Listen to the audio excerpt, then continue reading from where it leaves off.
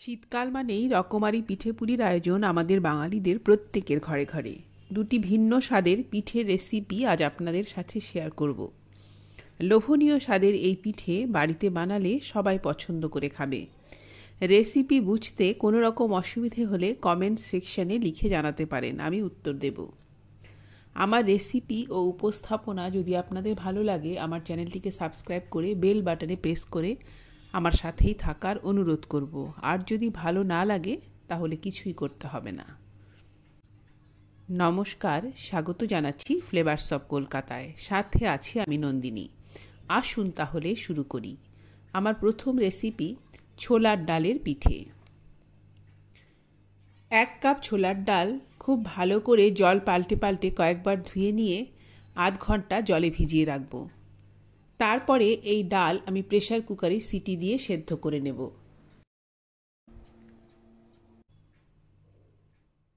ছোলার ডাল ভালো করে ধুয়ে আধ ঘন্টা ভিজিয়ে রেখেছিলাম। এবার আমি এই ছোলার ডাল প্রেসার কুকারে দিয়ে দিলাম। অল্প করে একটু জল দেব আর 1 চামচ পরিমাণ লবণ দেব। এখানে 1 কাপ ছোলার ডাল আছে। আমি 3টে সিটি দিয়ে ডাল সেদ্ধ করে নিয়েছি। প্রেসার ঠান্ডা হয়ে গেলে আমি আপনাদের দেখিয়ে দিচ্ছি ডালটা কীরকম করে সেদ্ধ করতে হবে। ডাল খুব ভালো করে সেদ্ধ হবে, ভেতর পর্যন্ত সেদ্ধ হবে, কিন্তু গলে যাবে না। এবার একটা প্লেটে ছড়িয়ে এই ডাল আমি ঠান্ডা করে নেব এবং শিলনোড়ায় বেটে নেব। অল্প অল্প জল দিয়ে শিলনোড়ায় বেটে নিতে হবে, মিক্সিতে কিন্তু পেস্ট করা যাবে না। এখানে আমি নারকেলের ক্ষীর তৈরি করছি, সেই জন্য কোরানো নারকেল দুধ দিয়ে ব্লেন্ডারে পেস্ট করে নিয়েছি। এখন নারকেল কেমন যেন ছিবড়ে ছিবড়ে মতো হয়, সেই জন্য একটু দুধ দিয়ে ব্লেন্ডারে দুবার ঘুরিয়ে নিলে নারকেলের ক্ষীরটা ভালো হবে। পরিমাণ করে চিনি দিয়েছি। নেড়ে চেড়ে যখন প্রায় অনেকটাই শুকনো হয়ে আসবে, তখন আমি এর মধ্যে দিলাম একটু বেশি করে মিল্ক পাউডার, আর দেবো এলাচ গুঁড়ো আর একটু ময়দা। 2 চামচ পরিমাণ ময়দা দেব। একটু ময়দা দিলে এই ক্ষীরটা ঠান্ডা হয়ে যাওয়ার পরেও মাখো মাখো থাকবে, ঝরঝরে হয়ে যাবে না। ক্ষীর বানাতে, নারকেলের ক্ষীর বানাতে আমরা সবাই জানি, সেই জন্য আমি সংক্ষেপে দেখিয়ে দিলাম। এই ক্ষীরটাকে একটা প্লেটে ঢেলে ঠান্ডা করে নেব। ছোলার ডালগুলোকে আমি শিলনোড়ায় বেটে নিয়েছি। শিলনোড়ায় বাটার সময় অল্প অল্প করে জল ছিটিয়ে বেটে নিতে হবে। খুব বেশি জল দেওয়া যাবে না। খুব বেশি জল দিলে পরে এই ডাল বাটা দিয়ে ডো বানাতে অনেক বেশি পরিমাণে ময়দা ব্যবহার করতে হবে, তখন পিঠে নরম হবে না। সেই জন্যই এই ডাল বাটা মিক্সিতে পেস্ট করা যাবে না। অল্প অল্প করে ময়দা দেব আর এই ডাল বাটা দিয়ে আমি একটা ডো বানিয়ে নেব। ময়দা কিন্তু বেশি দেওয়া যাবে না, অল্প অল্প করে দিয়ে মেখে দেখতে হবে কতটুকু লাগছে। এই রকম করে একটা ডো বানিয়ে নিতে হবে। এখানে নিয়েছি একটু শুকনো ময়দা, আমি পিঠেগুলো তৈরি করব। তার আগে আমি এখানে শিরা তৈরি করে নেব, সেই জন্য আমি এখানে 1 কাপ চিনি দিয়েছি আর 1.5 কাপ জল।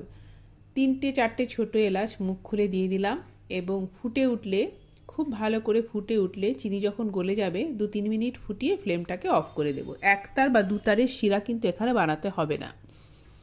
এবার পিঠেগুলোকে বানিয়ে নেব। কিভাবে বানাচ্ছি আপনারা দেখলেই বুঝতে পারবেন।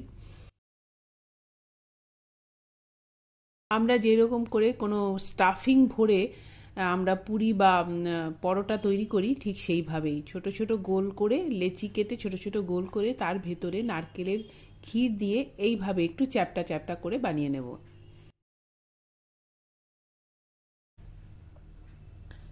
এই রকম করে সবগুলো বানিয়ে নেব।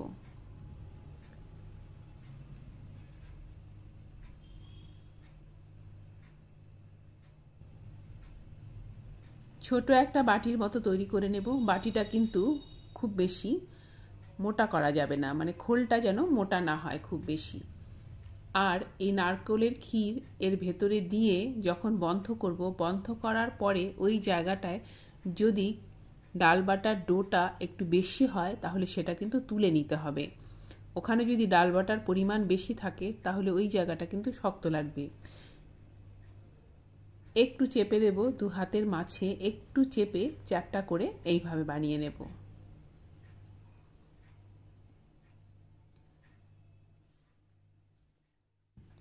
সবগুলো পিঠে আমি এইভাবে তৈরি করে নিয়েছি। এবার চলে যাব ভাজতে। সাদা তেল গরম করে নিয়েছি। সাদা তেল গরম হয়ে গেলে ফ্লেমটাকে একটু কমিয়ে দেব। খুব বেশি কমাতে হবে না, মানে এই পিঠে সিম আঁচে ভাজতে হবে না।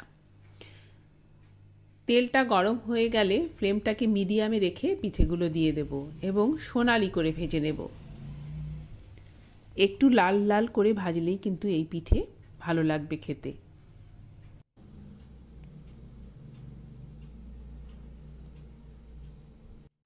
পিঠে কিন্তু আমাদের সবার বাড়িতেই আমরা তৈরি করে থাকি। বিভিন্ন ধরনের পিঠে রেসিপি আমরা জানি। অনেকেই হয়তো এই রেসিপিটা জানেন, আবার অনেকে আছে যারা জানেন না। যারা জানেন না বা কখনো বানাননি, একবার বানান, আপনাদের খুবই ভালো লাগবে। সুন্দর একটি রেসিপি।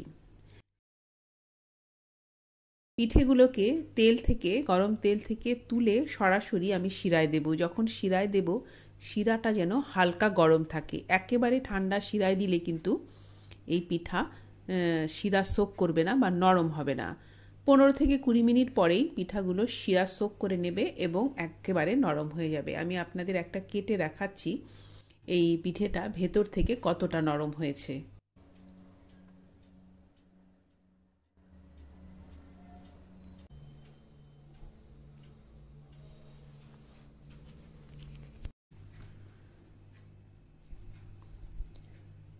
তৈরি হয়ে গেল লোভনীয় স্বাদের ছোলার ডালের ভাজা পিঠে। আপনারা একদিন বাড়িতে বানান, খান, আশা করছি আপনাদের ভালো লাগবে। এবার চলে যাচ্ছি দ্বিতীয় রেসিপিতে। আমার দ্বিতীয় রেসিপি ভাপা পিঠে। ভাপা পিঠে বলতে আমরা যেই ভাপা পিঠের সাথে পরিচিত, আমার এই ভাপা পিঠার রেসিপি কিন্তু তার সাথে একেবারেই মিলবে না। এটা সম্পূর্ণ অন্য রকমের একটা ভাপা পিঠা। এটা নোয়াখালীর রেসিপি। আমার দিদার থেকে আমি শিখেছি। দিদার থেকে মা শিখেছে, মার থেকে আমি শিখেছি। কিভাবে বানাচ্ছি একটু দেখুন। আমি পিঠের জন্য ডো তৈরি করে নেব। সেই জন্য এখানে আমি নিয়েছি গোবিন্দভোগ চালের গুঁড়ো, কোরানো নারকেল আর পাউডার সুগার মানে চিনি আমি গুঁড়ো করে নিয়েছি। আর এটা নিয়েছি ক্ষীর, দুধ শুকনো করে ক্ষীর করে নিয়েছি। আর এটা নিয়েছি ছোট এলাচের গুঁড়ো। এই সবগুলো দিয়ে আমি পিঠের ডোটা তৈরি করে নেব। প্রথমে একটা বাটিতে আমি ক্ষীরটা নিয়ে নিলাম। দুধ শুকনো করে যে ক্ষীর হয় সেই ক্ষীর আমি করে নিয়েছি। তার মধ্যে দিলাম, যতটা ক্ষীর নিয়েছি ঠিক ততটা পরিমাণেই নারকেল কোড়া দিয়েছি। আর দিলাম পরিমাণ করে চিনি, গুঁড়ো করা চিনি। যেই চিনি আমরা বাড়িতে খাই সেই চিনি আমি ব্লেন্ডারে গুঁড়ো করে নিয়েছি। চিনিটা নিজেদের পছন্দ মতো। খুব ভালো করে এই 3টে উপকরণ প্রথমে মেখে নিতে হবে। চিনি গলে কিছুটা জল বেরোবে, সেই জলটা অ্যাডজাস্ট করার জন্য আমাকে খুব অল্প করে একটু গোবিন্দভোগ চালের গুঁড়ো দিতে হবে। অল্প অল্প করে চালের গুঁড়ো দেব আর মেখে নেব। দিয়ে দিলাম ছোট এলাচের গুঁড়ো। ছোট এলাচের গুঁড়ো, ক্ষীর ও গোবিন্দভোগ চালের গুঁড়ো সব মিলিয়ে পিঠে কিন্তু খেতে খুব ভালো হবে। চালের গুঁড়ো কিন্তু খুব বেশি দেয়া যাবে না। চালের গুঁড়ো বেশি দিলে পিঠে খেতে ভালো লাগবে না। এটাতে যেন ক্ষীরের পরিমাণটাই বেশি থাকে, সেইভাবেই এই ডোটা তৈরি করতে হবে। আমি অল্প অল্প করে চালের গুঁড়ো দেব আর একটা সেমি সফট ডো তৈরি করে নেব। আর ওইদিকে হাঁড়িতে আমি জল গরম বসিয়ে দিয়েছি। আর হাঁড়ির মুখে একটা পাতলা কাপড়, সুতি কাপড় টান টান করে বেঁধে দিয়েছি।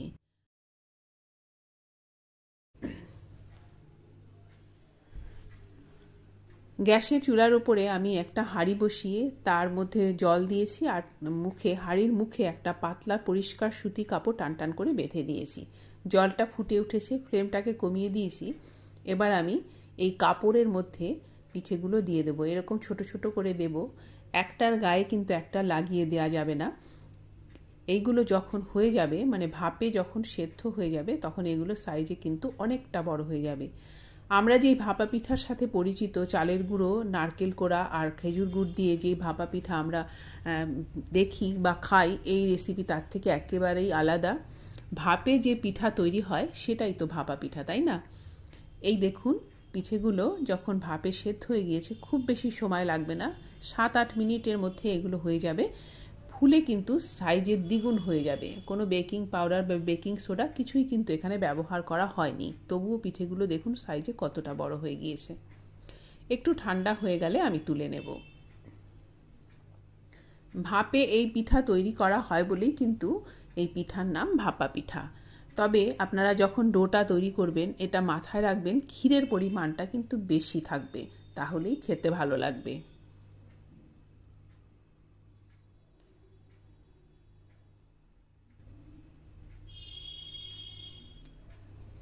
আমার দিদিমা ছিলেন নোয়াখালীর মানুষ। দিদিমার থেকে শেখা এই রেসিপি আমাদের বাড়িতে কিন্তু প্রত্যেকবার শীতেই আমরা তৈরি করে থাকি, খেতে ভীষণই ভালো লাগে। তৈরি হয়ে গেল ভাপা পিঠা। দেখুন ভেতরটা কতটা সুন্দর, কতটা নরম। একবার বাড়িতে বানান, আশা করছি আপনাদের ভালো লাগবে। আমি আশা করছি আমার আজকের এই পিঠের রেসিপি দুটো আপনাদের ভালো লেগেছে। ভালো লাগলে আমার পাশেই থাকবেন। আজ এই পর্যন্তই, ধন্যবাদ।